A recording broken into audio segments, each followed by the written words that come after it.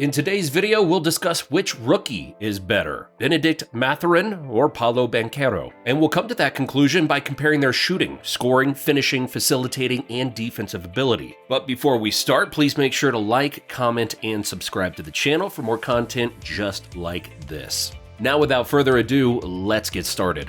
Banchero and Mathurin were both top 6 picks in last year's NBA draft. And while they both had high expectations when coming into the league, especially Banchero, we think we speak for many NBA fans when we say we did not expect either one of them to be this good this early. And while they aren't perfect players just yet, they are already looking like they've been in the league for a few seasons. Given that they're both under the age of 21, that's a great sign for the Orlando Magic and Indiana Pacers. In this video, we're going to compare the two and see who's the better player right now and who has the better future. So let's get started with Bennedict's shooting.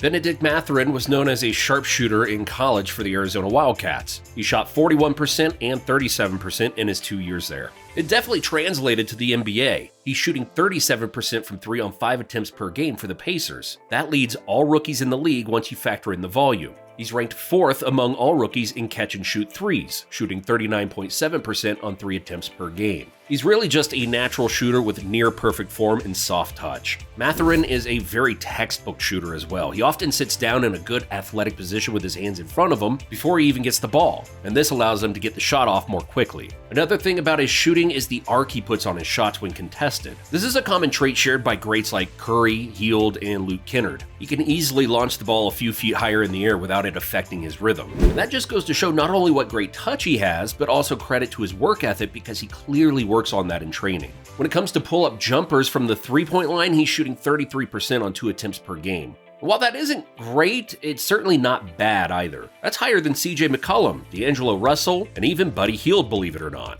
But now how does that compare to Paolo Banchero's shooting ability? Coming out of Duke, he shot just 33% from 3 on 3 attempts per game. So he definitely wasn't known as a sniper, but he was still a solid shooter in college. It just wasn't a focus point or strong suit. In the NBA, it still doesn't look to be his go-to. And yes, it's early in the season and his career, but as of now, he's shooting 24% from 3 on 3.6 attempts per game. On a positive note, he has good form and very workable mechanics, so as time progresses, that percentage will definitely go up. On catch-and-shoot threes, while he's only attempting 1.8 per game, he is shooting 34%. Like we mentioned earlier, three-point shooting isn't his strength or strong suit, so the Magic aren't ever really looking to get him spot-up looks.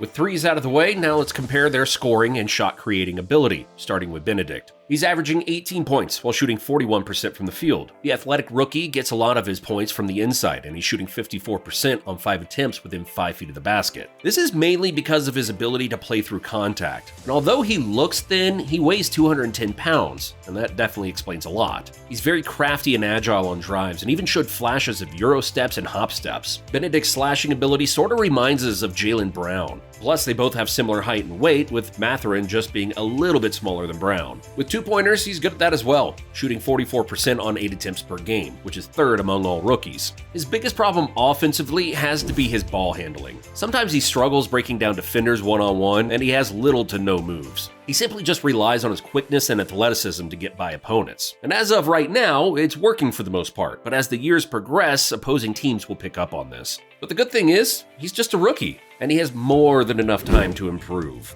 And when he does, he has all-star potential. To his credit, he's slowly finding effective moves when going to the basket. We've seen him use the Ja Morant drop cross on his way to the basket, and he's performed a few hesitation moves as well. You can tell he's sort of experimenting with what works and what doesn't work, but learning counter moves will be key because even though Ja Morant uses the drop cross every game, he has an arsenal of counter moves he can use after that move depending on how the defense reacts. And as soon as Bennedict starts to learn that, the Eastern Conference might be in trouble.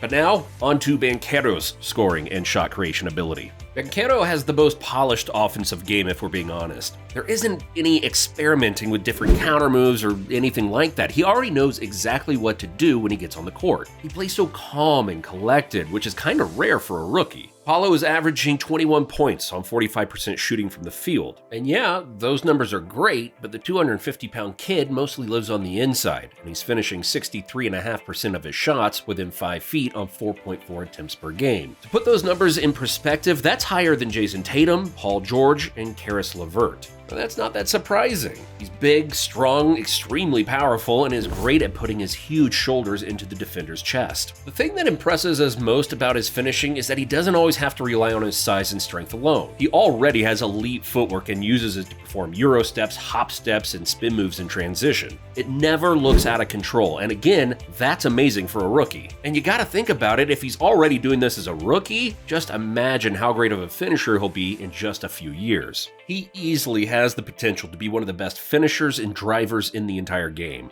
In the mid-range is what truly makes him a versatile offensive threat. He's shooting 32% on 2.2 attempts per game when attempting shots from 15 and 19 feet, which leads all rookies. To give that perspective, it's even higher than Darius Garland and Jalen Green.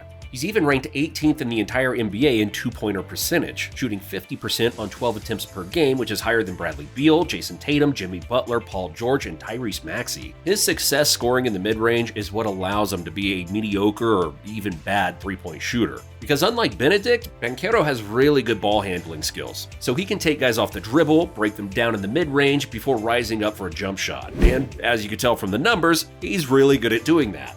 And remember, he's 6'10", so he already has a high set point. And when you're tall with a soft shooting touch from short range, it'll become much easier for you to score points.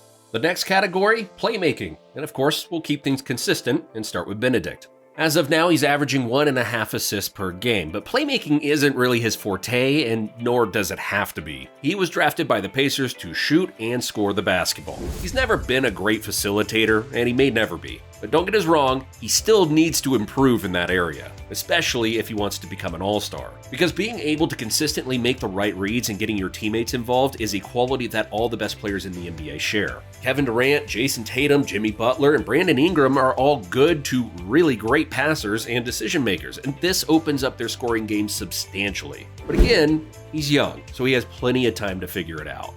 As for Banchero's passing ability, he checks almost all of the playmaking boxes, averaging 3.8 assists per game, which is third among all rookies. This isn't really surprising because he was a good passer in college and showed flashes in high school as well. He can run the short pick and roll, he can drive and kick, and he's a really good passer out of the post. Honestly, he's already one of the better passing forwards in the league, and it might be that way for a great many years. Now, let's flip the court onto defense, starting with Bennedict Mathurin. Honestly, he isn't a bad defender, but he's also far from a great one. It's pretty common that rookies start off pretty slow on the defensive end, unless you're Herbert Jones, but it's still early in the season, and he's shown flashes of being pretty solid in the passing lanes and promising potential to at least be decent when guarding on the ball. Nonetheless, he's okay in this area, and if we had to give his defense a letter grade, it would be a solid C. Not good, not bad. As for Banchero's defense, he's shown a lot of promising signs as a defender, especially one-on-one post defense. His strength and quick feet allow him to contain post players, and he doesn't fall for pump fakes a lot, which is also a plus. Out on the perimeter, he isn't terrible at all, and that's mostly due to his good footwork, balance, and coordination. And he's just a pretty solid defender in general. And like we said with Bennedict, it's still early in the season, so we don't really have a large enough sample size to determine their upside as defenders just yet.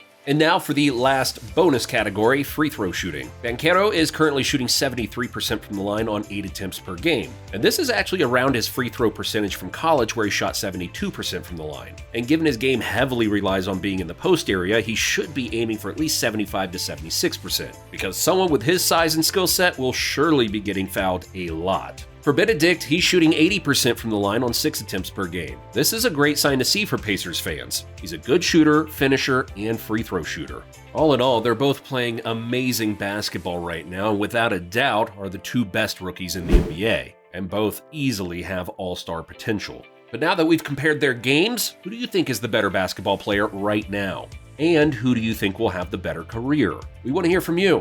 Share your comments down below.